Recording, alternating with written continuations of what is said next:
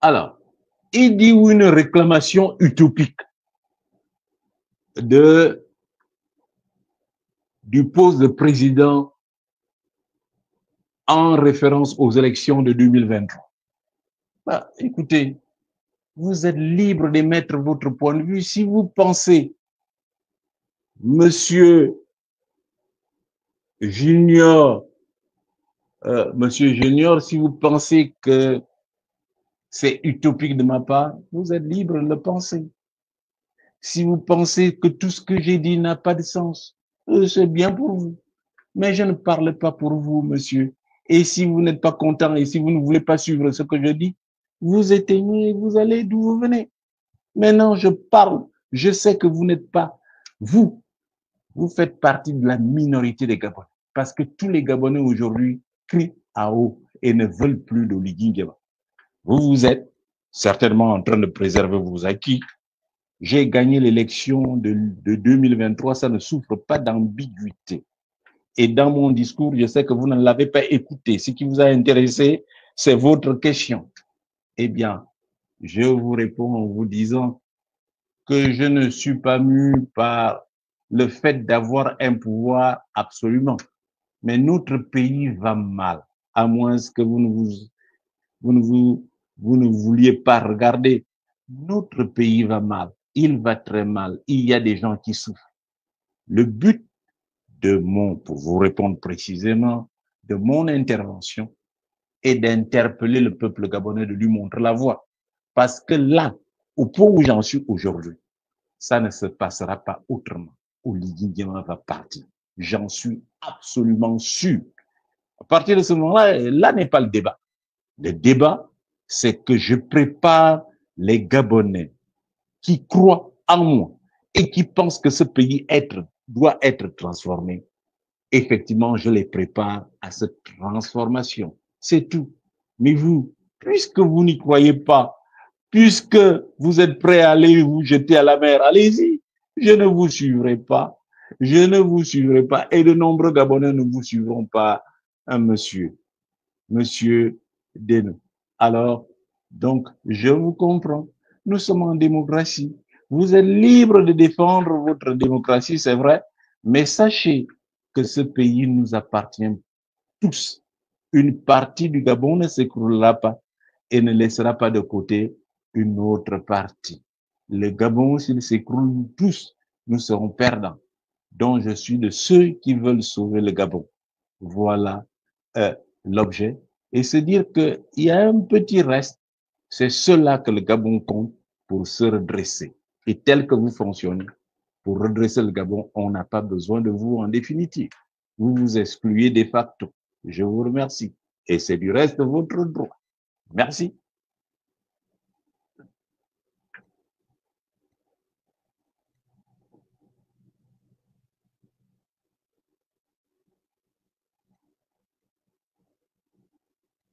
Alors, sinon, vous n'aurez pas obtenu même pas 1%. C'est une affirmation gratuite. Et ça, on a déjà entendu ça. Si c'est le Poutine en chef qui vous a rédigé cela, ça n'a aucun sens ce que vous dites. Si vous dites que vous avez voté pour moi à cause des autres, ça veut dire que vous ne savez pas ce que vous faites. Vous, on a voté, on c'est qui? Est-ce que vous vous mettez dans le on si vous n'êtes pas capable de vous exprimer, de vous assumer? C'est que vous ne méritez pas qu'on vous accorde de l'intérêt, monsieur. Alors, dans ce cas-là, effectivement, retournez à votre mode d'écriture puisque vous ne savez même pas vous exprimer pour dire clairement, on vous a voté à cause des autres. Non, il faut être clair. La question n'est pas précise. Et c'est une mauvaise question à laquelle maintes fois j'ai répondu. Et je dois vous dire qu'on ne vote pas effectivement quelqu'un à cause de quelqu'un d'autre. Normalement, quand on est en démocratie, on vote un programme et à travers le programme, un individu. Si vous ne le savez pas, ben, ce n'est pas votre faute. Vous n'en avez pas connaissance. Je suis désolé pour vous. Merci.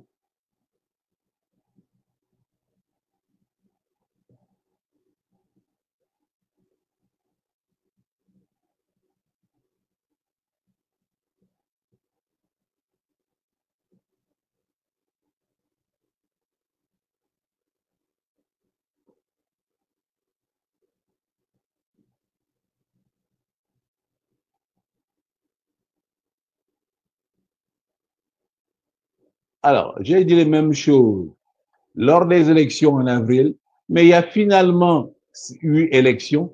Quels sont vos piliers pour récupérer le pouvoir? Alors, j'ai dit la même chose. Si vous trouvez que j'ai dit la même chose, de deux choses l'une, ou vous n'avez pas suivi mon discours en intégralité, ou alors vous vous êtes contenté de prendre ce qui vous arrange. Et je préfère penser que c'est moi qui me suis mal exprimé. Et dans ce cas-là, je vais redire ce que exactement j'ai dit avant l'élection du 12. J'ai dit que cette élection ne sera pas valable. N'allez pas voter. Et si d'aventure il y a vote, elle ne sera pas reconnue par la communauté internationale. Maintenant, vous n'avez pas l'information. Demandez à ceux qui accompagnent Olivier Nguema à l'extérieur s'il est reçu comme un chef d'État. Demandez-le lui. Alors, vous ne savez pas ce qui se passe, c'est normal. Je vous excuse, mais ne faites pas de ce que vous avez dans votre tête une vérité, parce que la vérité, elle est bien plus complexe et bien plus large que ce que vous avez dans votre tête, monsieur. Alors, ce que j'aimerais dire à monsieur Léance Royal, Royal ou Royat, puisque ce n'est pas votre nom, je suppose. Vous avez pris un pseudonyme, mais sachez très très bien que ça ne change rien. Parce que si je veux retrouver exactement qui vous êtes, par satellite, on vous capte, on sait où vous situez et on donne votre vrai nom. Donc, c'est pas la peine, je ne ferai pas ça. Mais je vous dis que c'est pas la peine de prendre des faux noms. Assumez-vous. Moi, Albert Ondosa, je prends mes responsabilités et je parle dans vous, je m'assume. Maintenant, vous devez vous assumer pour me poser des questions. Comme ça, on sait au moins qui parle. Assumez-vous. Ne prenez pas des faux noms. Parce que je sais également, et je l'ai déjà dit, qu'à la présidence, il y a une cellule qui s'occupe de la com et qui pose de telles questions qui sont à la mesure de la médiocrité de cette cellule.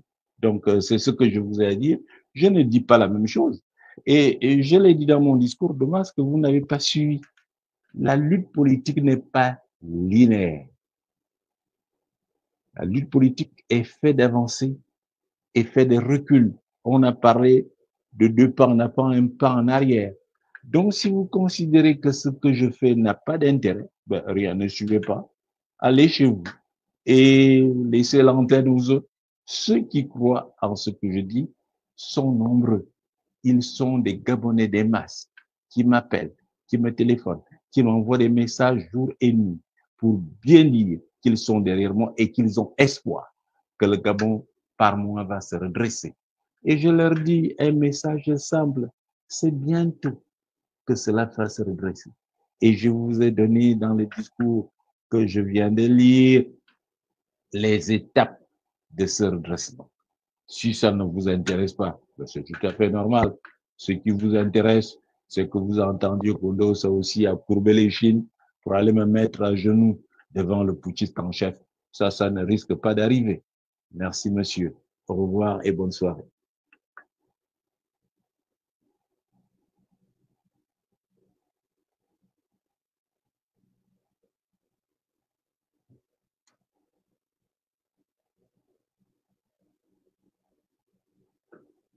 Les boursiers sont des atouts pour le Gabon.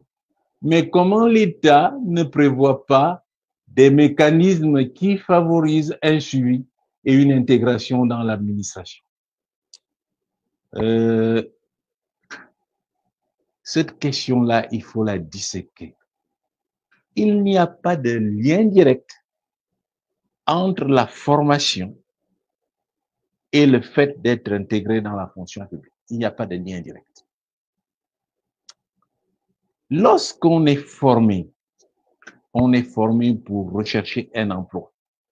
Et là, dès lors qu'on est nanti d'un diplôme et qu'on est à la recherche de l'emploi, on fait partie de ce qu'on appelle le chômage frictionnel.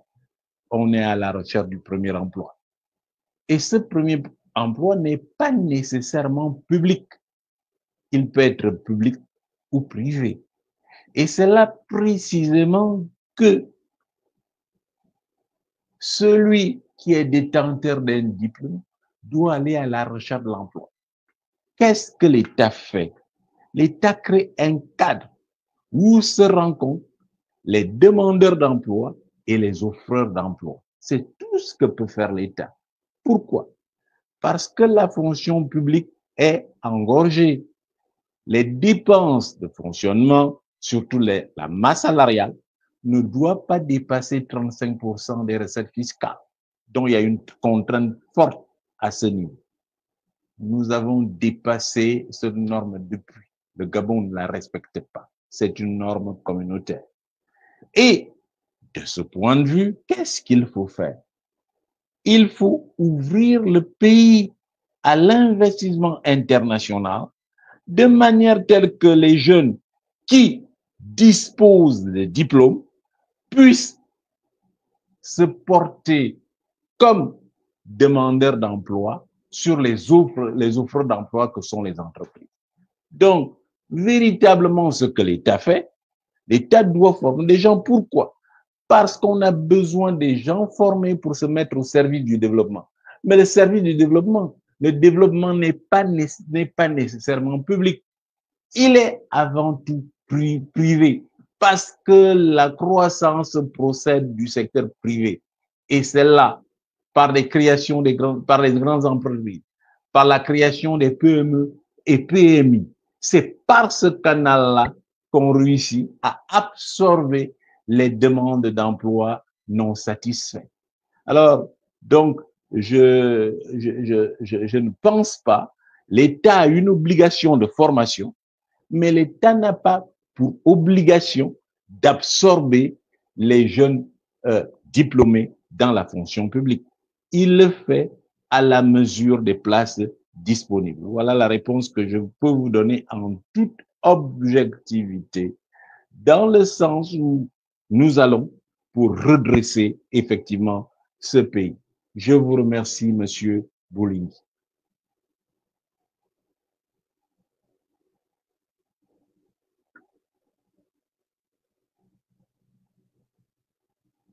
Mugula Mamundo Eli Scandela. Le but de la prise du pouvoir par le CTRI était la restauration des institutions. Quelles institutions ont été véritablement restaurées selon vous? Moi, je ne vois pas quelle institution a été restaurée. La première institution de la République, c'est la présidence, c'est le président de la République. Le putschiste en chef aurait dû respecter le vrai verdict des urnes et remettre le pouvoir à celui qui a gagné l'élection. Au lieu de cela, il s'est empressé lui-même d'être là et de se maintenir là par la force et par la fraude. Donc, il n'a restitué aucune institution. Et il a plutôt avili les autres institutions en mettant copains, coquins, ses parents. Voilà comment il a détruit le pays en termes réels. Et voilà pourquoi il doit partir le plus rapidement possible. Sinon, le pays sera encore plus détruit. Donc, il n'a restauré aucune institution. Et là, vous pouvez vous rendre compte de la nature même de l'homme qui dit une chose et fait son contraire. Alors, il répète, il a voulu restaurer les institutions. Moi, je ne sais pas quelle institution il a restaurée. Nous en sommes là aujourd'hui. Le Gabon s'enfonce, le Gabon s'engouffre, le Gabon va vers une récession qui ne dit pas son nom. La pauvreté, effectivement, augmente et je ne sais quoi dire. Il a plutôt détruit, contribué à détruire davantage notre pays en termes réels. Voilà ce que je pourrais vous dire, Monsieur Mangela. Voilà. Merci.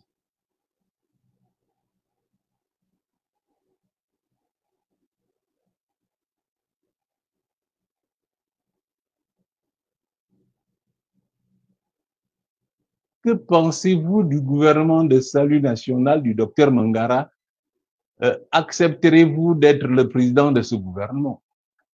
Ben, je vous réponds clairement, je ne suis pas le président de ce gouvernement. Si je suis le président de ce gouvernement, j'aurais dû nommer le docteur Mengara ministre.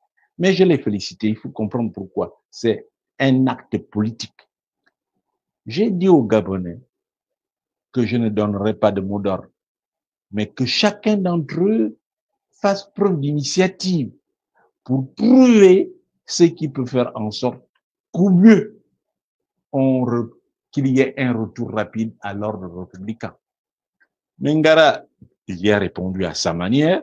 Il a formé un gouvernement de salut national dont le but est de lutter pour qu'il y ait un recours à l'ordre républicain. Il a répondu favorablement au message que j'ai fait aux Gabonais. Je trouve que c'est une bonne chose. Et il n'ambitionne pas être président de la République, il n'ambitionne pas être Premier ministre en réalité, il n'ambitionne pas de pouvoir se porter candidat aux différentes élections. Non, non, non, non. Il prend position avec ses collègues pour dire que la mascarade doit s'arrêter et user de cette interface qu'est le gouvernement en exil pour pouvoir faire le même travail que je fais en France. Lui, il le fait aux États-Unis pour faire comprendre aux instances internationales que le putschiste en chef n'a pas sa place et que pour le Gabon, le meilleur est qu'il parte au plus tôt. Donc, je félicite Mangara pour cette initiative. Mais moi, c'est pas mon premier ministre parce que je ne l'ai pas nommé. Deuxièmement, je ne fais pas partie de son gouvernement. Mais je trouve que ça fait une initiative que peut prendre d'autres Gabonais, peuvent prendre de telles initiatives, des Gabonais qui savent que le putschiste en chef est là pour détruire notre pays. Il faut qu'il parte dans les meilleurs délais. Voilà ce que je peux dire à propos de cela. Je vous remercie.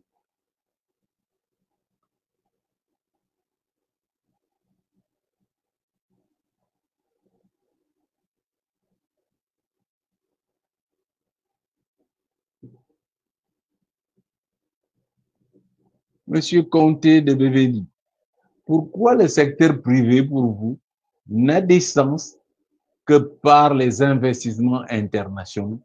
Pensons d'abord à créer des leviers de croissance endogène qui procèdent de la création et de la consolidation d'un tissu économique. Alors, je pense que ceux qui disent ça ne savent pas comment fonctionne une économie et ce que c'est une économie. D'abord, l'économie, le critère national n'existe pas sur le plan économique. Le produit intérieur brut, ainsi que je l'ai dit l'autre jour et je le répète, c'est la somme des valeurs ajoutées des unités de production résidentes. Le critère en économie, c'est le critère de résidence, celui qui est résident. Qu'est-ce qu'on appelle résident? C'est une institution qui exerce son activité sur le territoire national pendant au moins un an. Et on fait appel à l'investissement international parce que c'est l'investissement international qui a de gros investissements, c'est qui draine des investissements internationaux qui peuvent permettre de résoudre et de régler les problèmes de chômage, de réduire le chômage et même de les résorber, et qui peuvent entraîner les petites et moyennes industries, les petites et moyennes entreprises. Et en fait, ces petites et moyennes entreprises, c'est cela qui constitue un tissu. Vous parlez des choses, vous dites la création d'un tissu économique ou la consolidation. Je vous dirais que le tissu économique n'existe pas. J'ai déjà répondu à cette question. Le tissu économique n'existe pas. Le tissu économique, c'est quelque chose de bien précis, de bien huilé, où vous avez dans un marché des entreprises nationales qui offrent, des entreprises qui demandent. Or, la caractéristique de notre économie, c'est être une monoculture d'exportation. Le Gabon, c'est essentiellement le pétrole. Alors, vous avez une PME qui peut rentrer dans le pétrole. Comment? Laquelle? Elle est de qui l'a créée et comment? Alors, ce qui veut dire que précisément, nous devons bénéficier de ces financements internationaux qui vont être des éléments d'entraînement des PME et des PMI gabonaises. Si nous avons à faire des routes et que, bien évidemment, vous donnez les accoudements aux PME, PMI, effectivement, ce petit marché leur permettra de se développer et petit à petit, nous aurons des entreprises qui vont déjà embaucher des Gabonais, des petites et moyennes entreprises, qui vont prospérer et de manière telle qu'on arrive à élever notre produit national. Donc, la question que vous me posez, c'est des gens qui ont lu des choses dans les livres et qui ne comprennent pas pratiquement comment cela se fait. Hein? Tissu national, croissance endogène, ça c'est des termes éculés, croissance endogène. C'est des termes des années 60. Alors donc, véritablement, on est loin des années 60. Ces termes-là ne sont plus usités aujourd'hui. Alors, donc, je suis désolé. Voilà ce que je peux vous dire. Véritablement. Et quand vous voyez des rapports de nos experts nationaux, souvent c'est des mots comme ça qui reviennent. Et quand vous avez des institutions internationales, ils rigolent devant de tels rapports parce que c'est du Mathusalem sur le plan économique. Je vous remercie. Véritablement, nous n'en sommes pas là. Et voilà pourquoi nous avons besoin d'une véritable expertise adaptée au raisonnement présent et qui comprenne vraiment les rouages de l'économie internationale. Je vous remercie.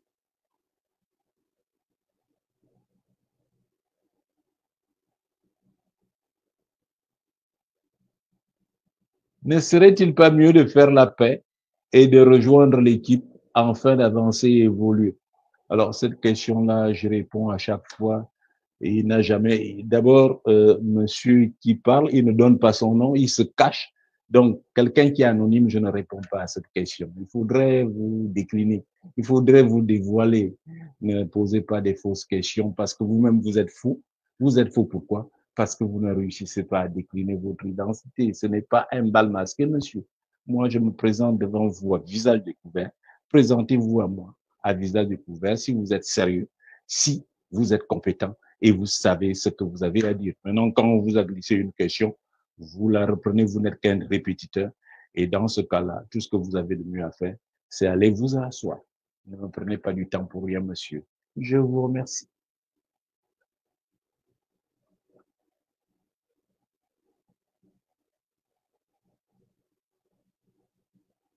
Monsieur Boulingui, professeur, au Gabon, nous avons une faible population. Est-ce que le progrès économique que nous voulons peut passer par un renforcement des politiques de natalité? Bien, cela s'est passé dans d'autres pays. À l'après-guerre, l'Europe s'est trouvée dans la même situation où la natalité était faible. Et on a mis au point ce qu'on a appelé le baby boom. C'est une politique délibérée. Mais cette politique passe par un certain nombre de choses. Elle passe par la croissance, elle passe par l'augmentation du revenu, elle passe par les conditions de santé, elle passe par des conditions de scolarité, elle passe par un certain nombre de choses que j'ai dictées. Et tout cela de manière hulée. Nous avons une faible population, c'est un constat. Ce qui veut dire en termes clairs que nous ne pouvons pas avoir l'industrialisation comme des pays qui ont 50 millions d'habitants. Alors, ce qui est clair, c'est que on parle de dimension nationale. Pour qu'un pays aille de l'avant, se développe, c'est ce que Kuznet a appelé la dimension nationale, un minimum de 10 millions d'habitants. Or, le Gabon est loin d'atteindre cette population. Et c'est là que nous devons avoir une politique volontariste, une politique nataliste.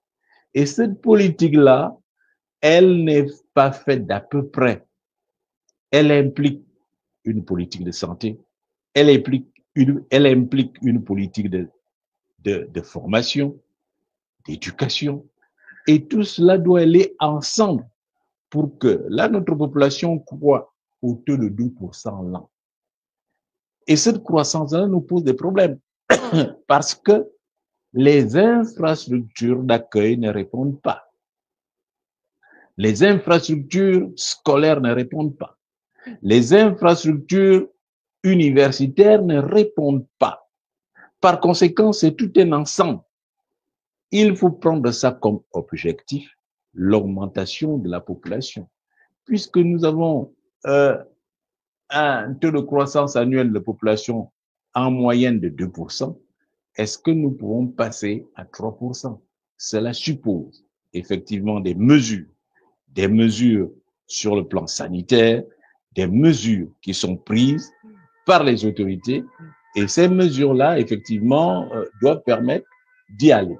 Donc voilà un peu où nous en sommes, et pour dire que véritablement, ce n'est pas des choses qui se décrètent, il y a un constat, il faut que nous analysions et que nous voyons par quels moyens nous devons y aller, mais pour y aller, il faut effectivement que nous prévoyons d'absorber le surcroît des naissances, le surcroît de population. J'ajoute que nous avons à l'hôpital général des femmes qui accouchent à même le sol. Est-ce que les structures sont viables pour une augmentation de population? Non. Nous avons à l'intérieur du pays des conditions sanitaires exécrables. Est-ce qu'avec cela, nous pouvons augmenter? Nous avons des maladies endémiques. Est-ce qu'avec cela, on peut augmenter la population? Non. Nous avons effectivement des pandémies terribles qui limitent notre population. Est-ce que les chercheurs se sont mis au travail pour véritablement s'intéresser à ce problème? Quels sont les budgets de recherche attachés à cela? Voilà les questions préalables qui doivent être posées. Et je vous dirais que nous sommes dans cette situation et c'est malheureusement le cas. Et il faudrait au préalable se poser les bonnes questions, prendre les bonnes options et se dire que ce n'est pas un claquement de doigts, c'est pas l'emporte-pièce, mettre en place un plan pour que notre population augmente d'année en année. Et cette augmentation vise un objectif. Cela suppose quels sont les objectifs que nous vivons. On augmente une population pas pour le but de l'augmenter, mais pourquoi l'augmenter? Quels objectifs nous voulons atteindre? Ce sont des questions préalables qu'il faut se poser et auxquelles il faut trouver des éléments de réponse. Je vous remercie.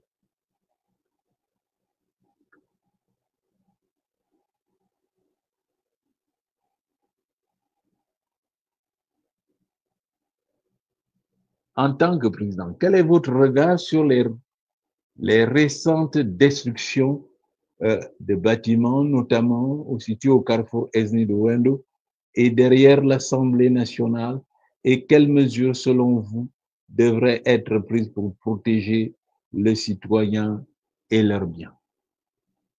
Je me suis déjà exprimé longuement dessus. Et j'ai donné, dans les pays où cela s'est fait, notamment au Burkina Faso, au Bénin, en Côte d'Ivoire, de la manière dont cela s'est fait. J'ai par ailleurs décliné la manière dont moi, je l'aurais fait. Alors, vous me reposez la question, je vais répéter ce que j'ai dit. Ce que je disais alors, c'est que généralement, on ne commence pas par casser. On commence à reconnaître la zone d'utilité publique, voir qui a un permis d'occupation de cette zone. Est-ce que c'est des terrains privés?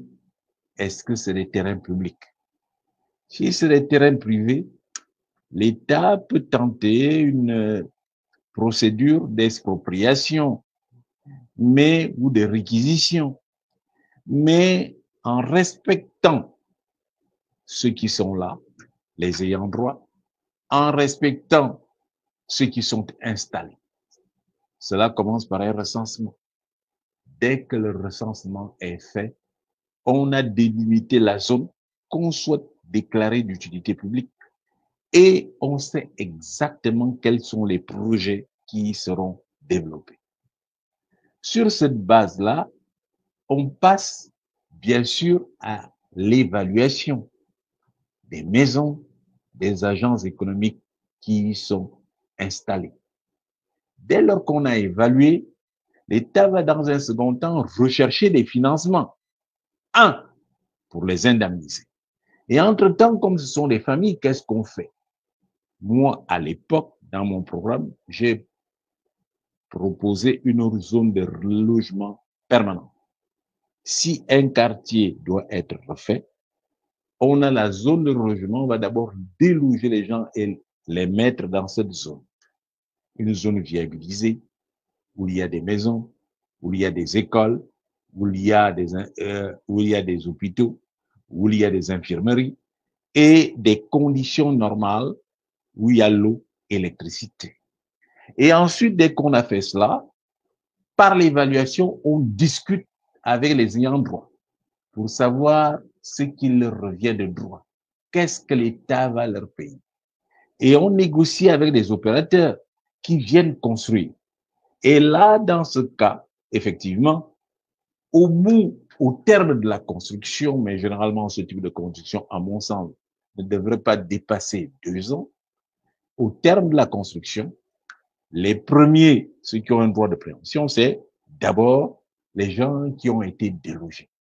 Ils regagnent ces logements qui, selon certaines modalités, est-ce que ce sont des locations rondes ou alors effectivement des locations simples, selon les statuts des uns et des autres, et ce qui a été recensé, le coût de leur maison sert d'avance au projet. Et c'est ainsi qu'ils sont relogés. Voilà comment ça se passe sommairement dans les autres pays. Mais là, ils ont été délogés de manière sauvage.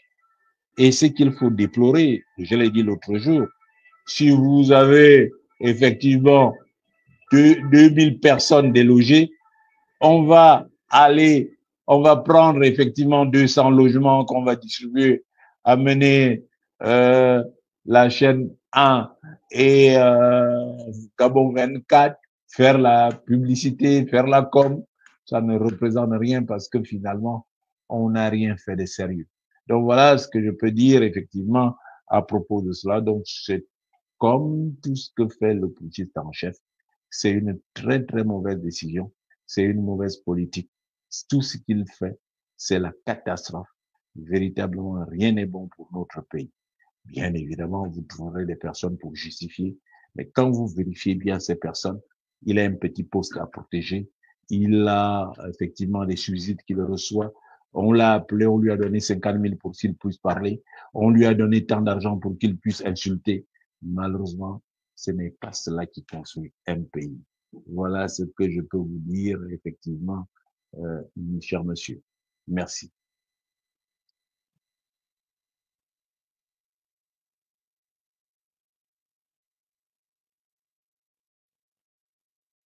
Alors, quel plan d'action envisagez-vous pour réforme de notre système éducatif? Comptez-vous le moderniser et le redynamiser afin d'adapter aux réalités actuelles de notre pays, de notre économie? Ça ne veut rien dire, tout ce que vous dites là vers la fin.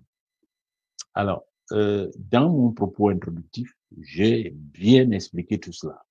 Et il faudrait revoir ce que j'ai dit, mais je vais pouvoir vous l'expliquer.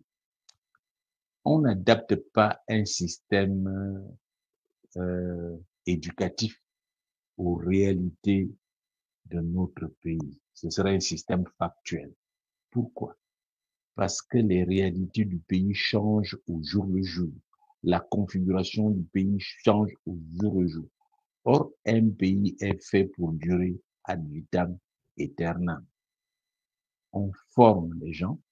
Voilà pourquoi l'adéquation travail-emploi, formation-emploi, c'est du Mathusalem.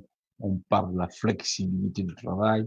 Et quand on parle de la flexibilité du travail, donc on forme des gens qui peuvent se retrouver au chômage demain et qui peuvent s'adapter pour trouver un autre emploi, qui peuvent passer d'un emploi à un autre à la recherche du meilleur rendement pour les entreprises, à la recherche de la meilleure performance, mais à la recherche du meilleur revenu.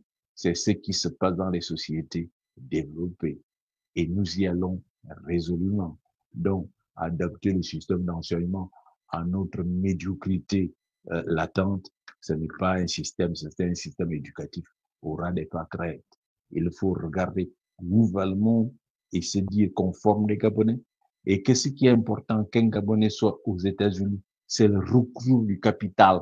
Chez nous, c'est une exportation du capital humain.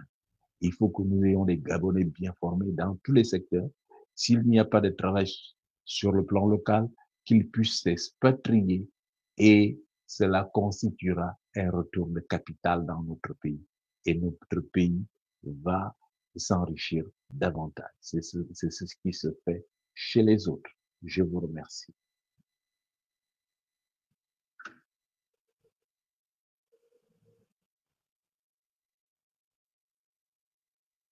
Monsieur Serge Zembe, vous avez, vous avez, comme nous, vu la facilité avec laquelle les passeports gabonais étaient falsifiés. Ne pensez-vous pas qu'il serait souhaitable de nettoyer les services pour éviter ce type de problème à l'avenir? Oh, on n'a pas besoin de nettoyer les services. Le jour où vous avez un vertueux à la tête de l'État qui placera un vertueux euh, là où on fait les passeports, automatiquement tout va se régler. Je l'ai vu à l'éducation nationale, les mêmes qui vendaient le baccalauréat au marché, c'est eux qui m'ont fait le baccalauréat au DOSA. Ce qui compte, c'est la tête. Quand la tête est pourrie, tout est pourri. Si la tête est vertueuse, tout est vertueux. Or, pour le moment, nous avons une tête pourrie. Et c'est ça le mal de notre pays. Donc, aucune réforme ne peut se faire dans des conditions optimales si la tête est pourrie comme elle l'est en ce moment. Je vous remercie.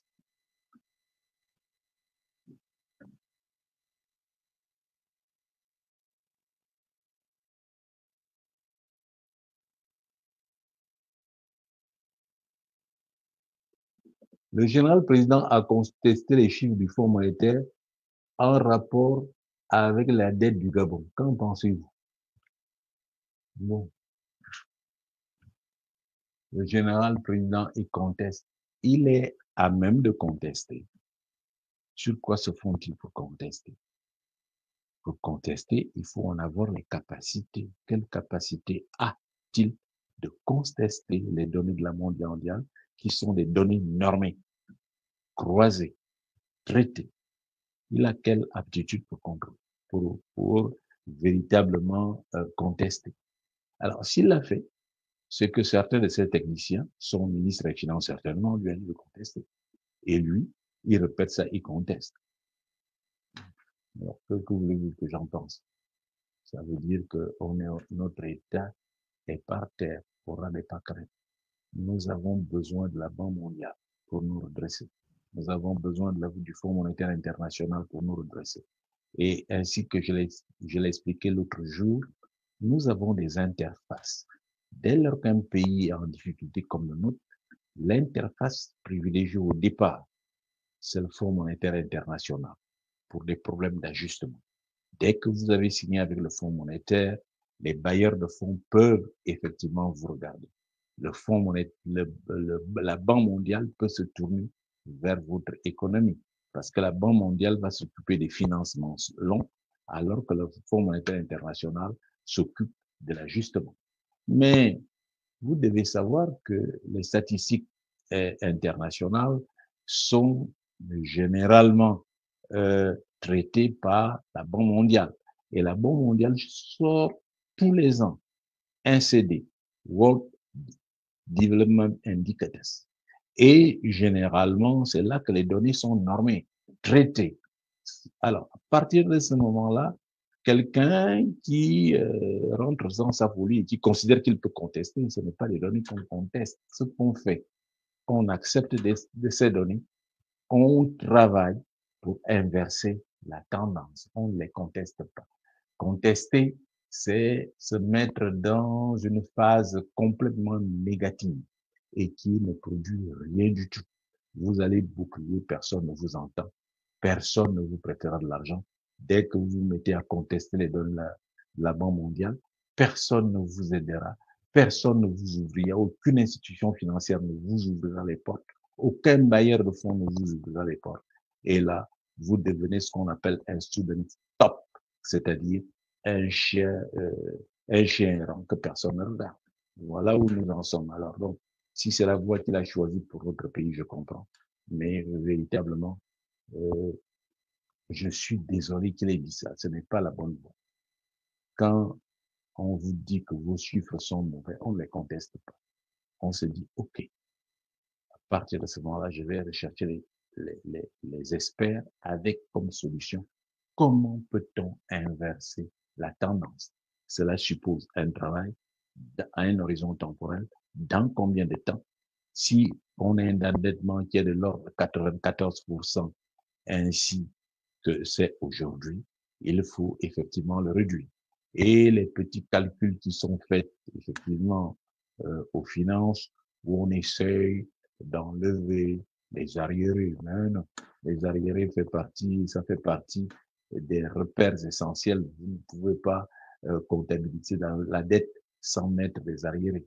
Donc, toutes ces manigances-là, c'est des manigances qui sont nulles et nul effet, qui n'ont qu'une seule conséquence, c'est que personne ne nous prend au sérieux et personne ne nous ouvre ses portes.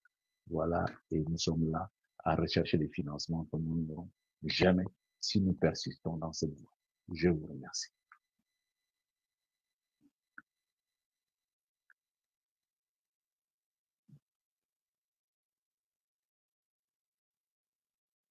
Que pensez-vous du conflit Gabon-Bénin, notamment sur le plan économique? Pensez-vous que le fait d'écarter les étrangers soit la solution pour rehausser le niveau de vie des Gabonais? Alors, Monsieur Eric, faites aussi un effort lorsque je m'exprime pour me poser une nouvelle question. Faites tout pour euh, être au fait de la réponse que j'ai déjà donnée. Bon, bien évidemment, vous pouvez ne pas avoir été là et je vous excuse pour cela. Je vais essayer de reprendre ce que j'ai dit. Euh, un conflit entre le Bénin et le Gabon. Alors, sur le plan économique, est-ce que je pense le fait d'écarter les étrangers soit la solution pour rehausser le niveau de vie des Gabonais? Je ne pense pas qu'il y ait un lien. Autant que ce n'était pas pour rehausser le niveau de vie des Gabonais, c'était pour résoudre le problème du chômage. Mais le niveau de vie des Gabonais ne se rehausse pas en chassant l'étranger. Je ne vois pas le rapport qu'il y a entre la chasse faite aux étrangers, aux Béninois notamment, et le fait de relever le niveau de vie. Il n'y a aucun lien, aucun rapport. Bien évidemment, ceux qui sont prêts à défendre l'indéfendable peuvent le soutenir, mais moi, je ne peux pas le soutenir parce que je ne vois pas de lien économique direct, même indirect. Effectivement, on se boucherait le nez pour trouver un lien direct entre le fait de chasser les Béninois. Alors, je rappelle que ce que j'ai dit il y a un instant, que le critère national n'existe pas sur le plan économique. Ce qui existe, c'est le critère de résidence. Les Béninois qui résident au Gabon participent à la production nationale, tout autant que les Gabonais à l'intérieur. Et là, il peut y avoir effectivement des mesures qui favorisent les Gabonais, mais c'est la mauvaise concurrence. Ça ne rend pas les Gabonais performants. Ce sont des mesures d'annonce qui durent un moment.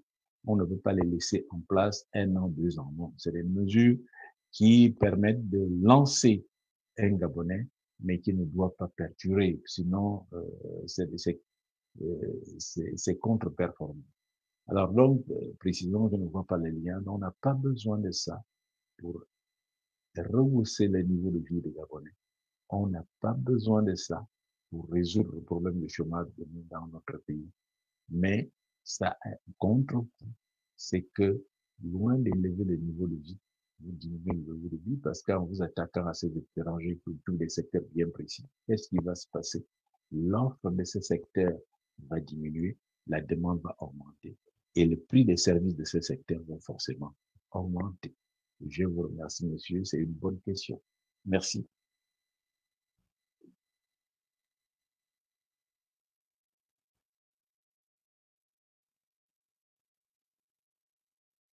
Monsieur Boulingui,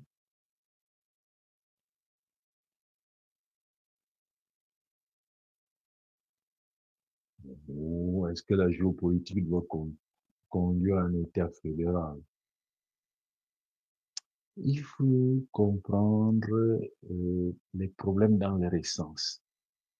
La géopolitique au rabais, qui n'a rien à voir avec la géopolitique euh, telle que c'est utilisé au plan international, c'est le fait que les nominations se fait en prenant compte de l'origine, se font en prenant compte de l'origine ethnique de l'individu.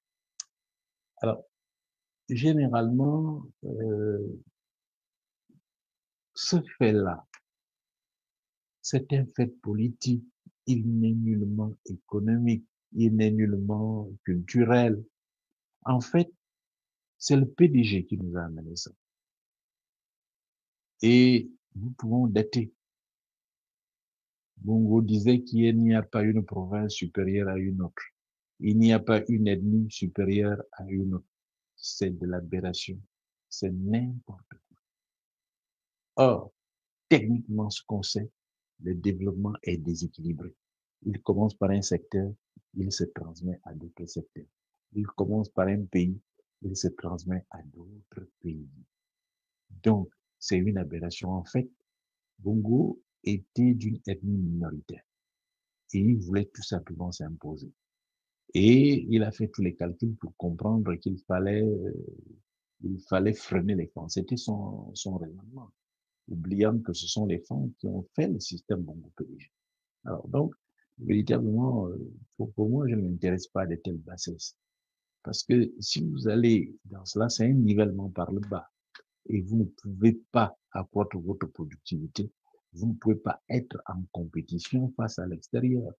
Et le problème qui va se poser demain, ce n'est pas de savoir si un fan du Nord prend la place d'un Téké de Haute-Ogooué, ce n'est pas cela.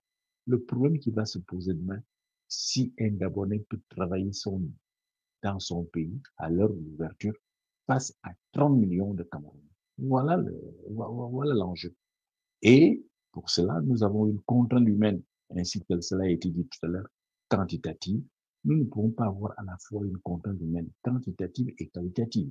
Cela veut dire que le Gabon devrait avoir des universités, des, euh, des établissements scolaires perform, performants et de manière telle que le Gabon ait la qualité. Les Gabonais qui ne pourront pas se placer à l'intérieur se placeront au devant. On les retrouvera au Cameroun, au Sénégal, en Côte d'Ivoire et ce sera un retour de capital pour notre pays. Donc c'est notre salut. Et ils pourront occuper les places qui sont offertes au-dedans et les places qui sont offertes au-dehors. Être en compétition avec les autres du point de vue de la qualité. Voilà la manière du Gabon. Le reste, la géopolitique, rencontre bien, tout cela, ça, c'est véritablement, c'est le nivellement par là. Bien évidemment, comme le PDG nous a mis dans cela, on commencera par jouer et faire en sorte effectivement qu'il y ait un dosage, mais à la limite, lorsque les enjeux se précisent, on prend le plus performant. Et ce qui a lieu aujourd'hui, c'est que ceci conduit à quoi? Ce qu'on appelle une économie de rente. Quelqu'un ne fait pas des études, mais puisqu'il est d'une minorité, il va s'imposer à un poste pour lequel il n'a aucune compétence. Et ça crée des difficultés pour un pays. Donc, il doit y avoir entre nous l'émulation, il devait y avoir des structures d'enseignement, des structures aux capacités diverses qui puissent permettre aux Gabonais de se déployer et se défendre sur le plan international comme dans le temps. Dans le temps, les étudiants gabonais allaient en France, ils n'étaient pas les derniers. Ils étaient confrontés à d'autres nationalités, aux Français même, ils n'étaient pas les derniers. Aujourd'hui, on a perdu ça parce que précisément, nous ne sommes plus dans cet esprit de compétition. Ceux qui partaient du Gabon à l'époque pour aller en France le banque gabonais avait une validité de plein droit, ce qui n'est pas le problème aujourd'hui. Donc voilà où nous en sommes. Et il faut remédier à tout cela. C'est une belle question. Je vous remercie.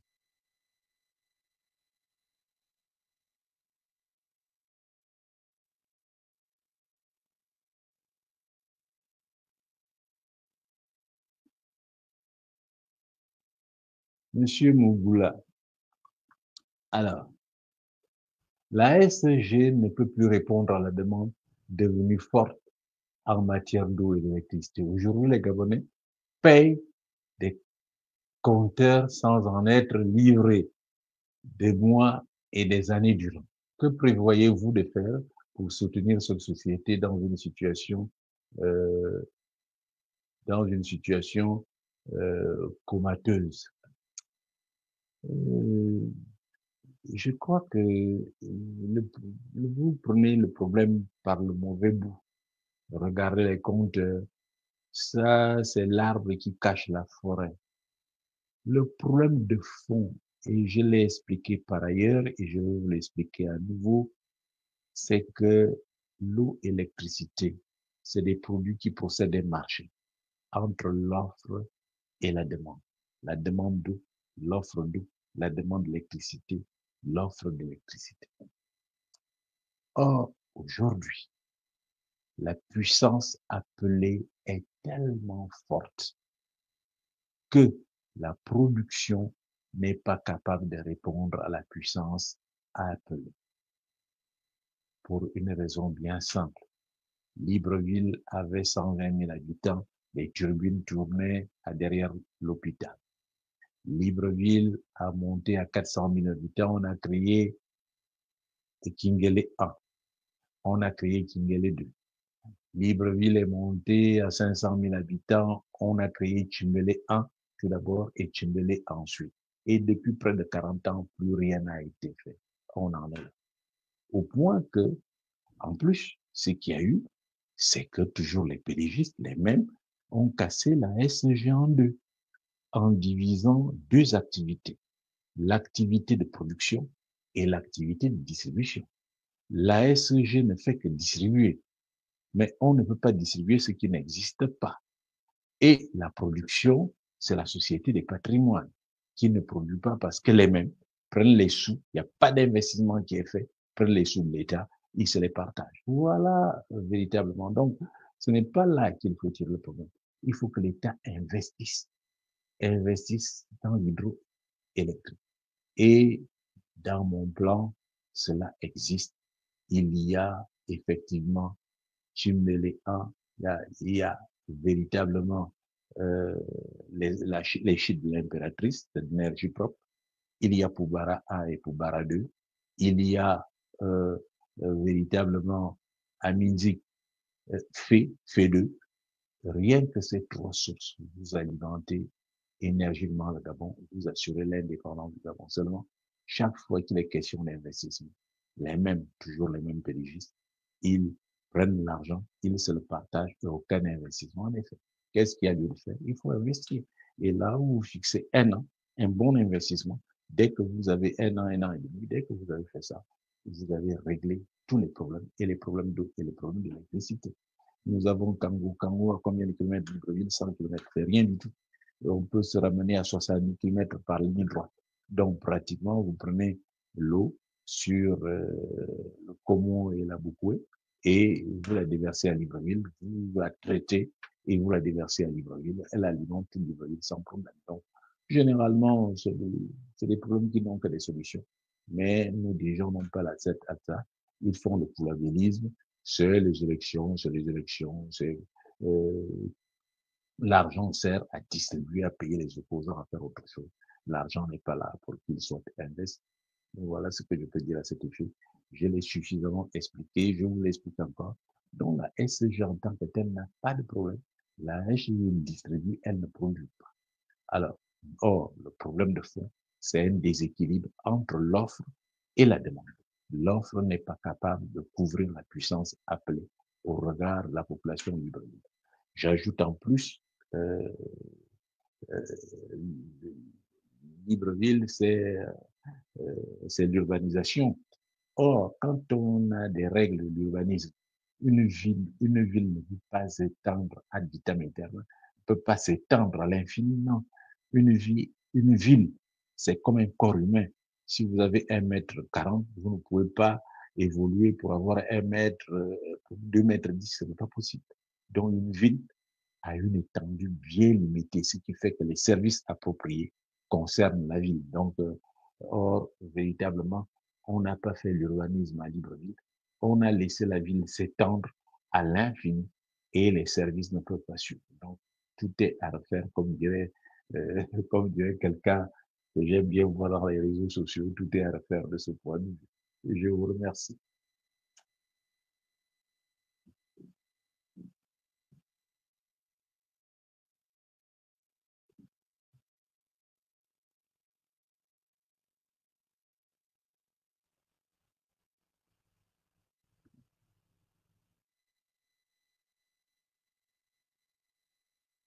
Dans lequel le gouverneur de province exécutif provincial est élu et le collège électoral du président au suffrage indirect serait ainsi constitué de 9 gouverneurs élus.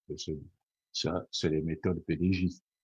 Tout simplement, le putschiste en chef, c'est qu'il est impopulaire et on essaye de passer, comme le PDG l'a fait dans le temps, le PDG rêve toujours de passer au suffrage indirect. Pourquoi? Parce que le suffrage universel direct lui est préjudiciable. Et comme de plus en plus, ils ne vont pas toujours tricher aux élections, ils sont mal et ils essayent de trouver des solutions à ce problème-là. Il n'y a pas, ce n'est pas une solution, c'est une très, très mauvaise solution. Donc, véritablement, le suffrage universel direct, euh, un homme, une voix, c'est cela qui prévaut dans notre pays et il doit en être ainsi. Maintenant, lorsqu'on aura un pouvoir réellement élu, qu'on aura une assemblée représentative de la population nationale, si besoin, et qu'on aura des responsables vertueux, si on y pense, on devra effectivement consulter la population après une étude sérieuse, faire par un cabinet d'études sérieux. Voilà ce que j'en pense. Merci. C'est une bonne question.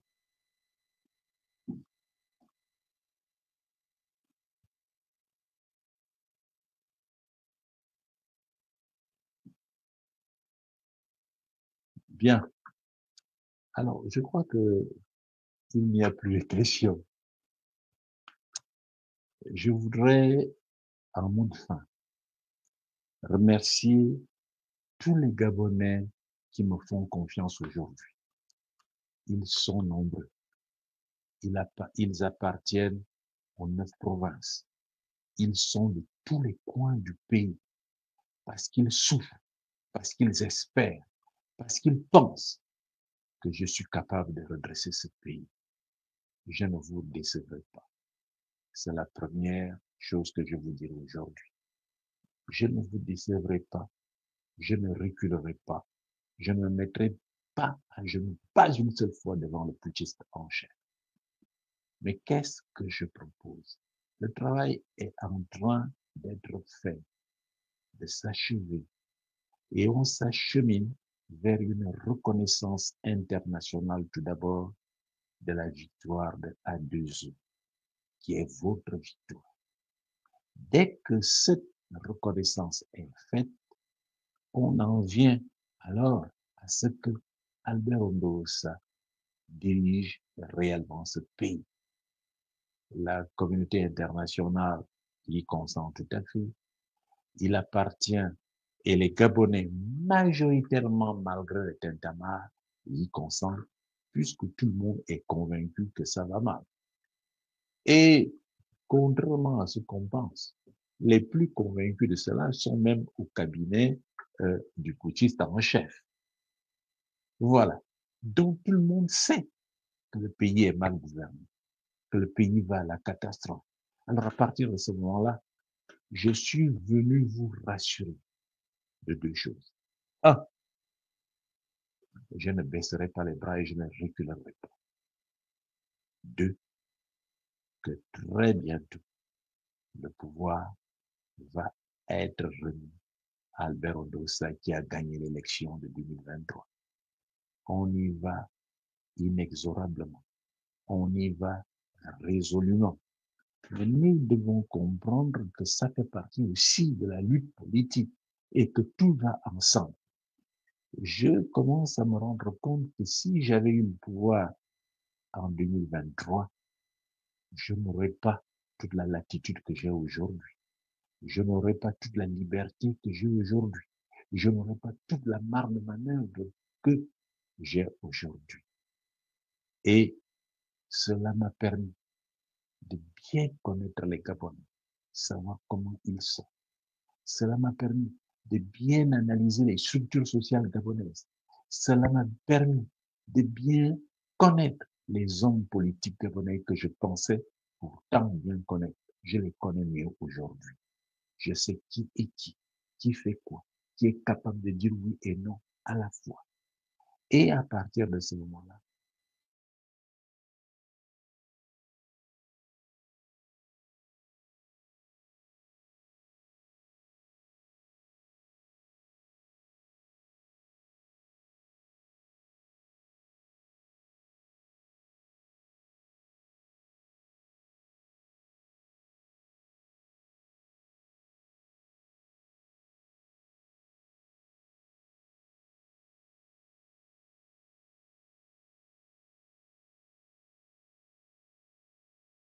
de redresser notre pays.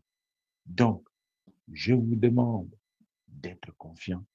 Je vous demande effectivement de d'être serein. C'est bientôt la victoire. Nous avons fait un travail admirable. Nous l'avons fait sur le plan interne. Nous le faisons sur le plan externe. Et ce qui nous préoccupe aujourd'hui, c'est de voir des grandes entreprises qui peuvent nous aider à résorber le chômage. J'y travaille résolument. Alors donc, voilà où nous en sommes.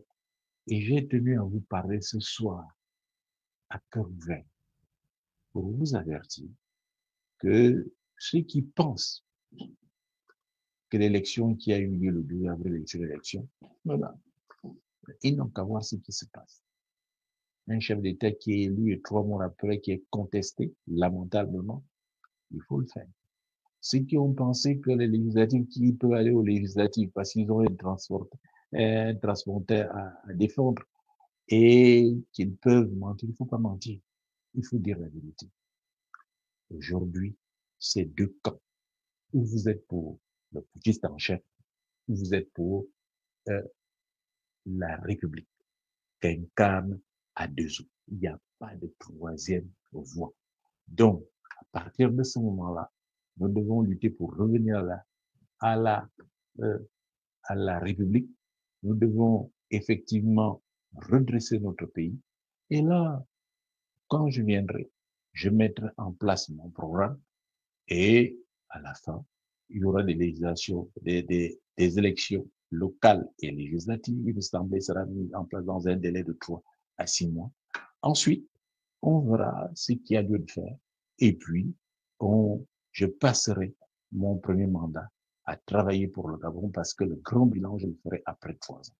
Et c'est là que je réfléchirai s'il faut rester ou s'il faut continuer. Continuer, pas en train de faire 2 ou 3 mandats. Ce n'est pas du tout mon objectif. Je ne veux pas mourir au pouvoir, je veux redresser le Gabon et après cela, aller m'asseoir. Je ne suis pas celui qui est là recherchant le pouvoir pour le pouvoir. Mais j'ai gagné une élection. Il est normal que je puisse réclamer. Il y en a qui me refusent même le droit de réclamer. Il y en a qui me refusent le droit de parler. Il y en a qui parlent. Si vous avez été à ma place, qu'est-ce que vous feriez? Quelqu'un sort de je ne sais où, il vous met de côté, il fait tout sans vous, et il se met là, il se pavane, il triche partout. Et vous pouvez l'accepter. Si vous l'acceptez parce que vous prouvez les Chines, Albert Ondossa, je ne l'accepterai jamais. Voilà pourquoi je vous dis, hasta la victoria siempre. Très, très bientôt, nous serons au pouvoir et nous allons mettre en place le programme pour lequel vous m'avez élu. Merci à tous et à très, très bientôt. Au revoir. Bonne soirée.